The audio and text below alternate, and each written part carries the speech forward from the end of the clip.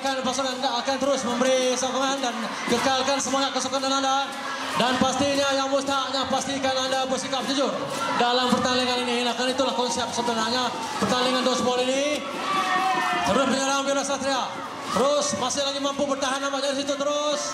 Masih lagi menyerang, masih mengekalkan anda. 6 pemain.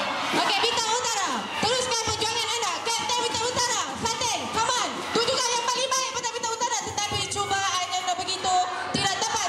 Kapten Bintang Utara, Fatin, tunjukkan tumpuan anda. Berikan tumpuan. Elakkan yang begitu baik daripada Bintang Utara. Di mana kita beri dan kapten, berikan tumpuan anda sepenuhnya. Tunjukkan yang begitu baik pada Bintang Utara. Ya, tepat sekali daripada Bintang Utara. Ya, teruskan. Masih lagi menyerang, masih mengekalkan rentak permainan sekarang ni. 3 lawan 5.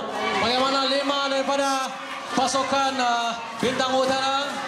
Pasukan Bima Satria sekarang 4 orang dalam gelanggang. Kita harapkan dapat mengekalkan prestasi. Masih teruskan anda dengan semangat kesukaran ini. Pasukan Sorak juga begitu, teruskan. Okey, elakkan yang begitu baik daripada pasukan Bintang Utara.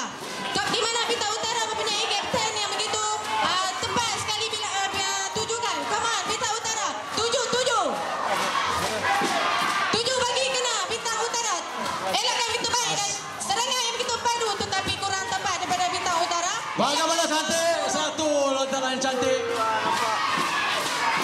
Masih lagi 4 orang sekarang ini kekal. Bagaimana mampukah bertahan sekarang di dalam gelanggang? Tamat permainan.